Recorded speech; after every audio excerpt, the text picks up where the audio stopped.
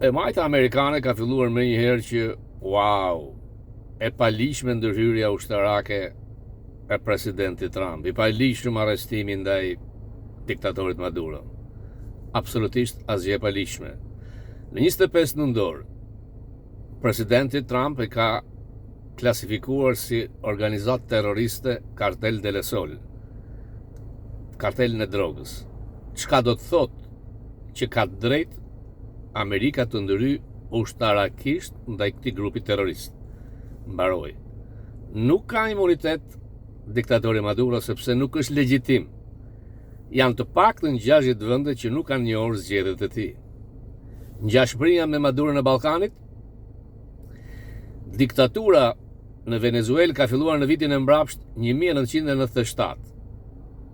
Bill Clinton, e kujtoni, pat ndikim në 97-ën tonë, ka pasur një vizitë atje.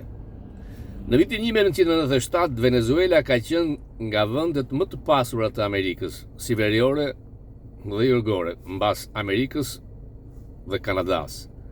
Sot është vendi më i varfër, lë pas vetëm Haitin. GDP-ja ka qenë 350 miliard dollar, tashmë është 110. Nxjerrja e naftës ka rënë të paktën 3 fish, sepse është shtetëzuar.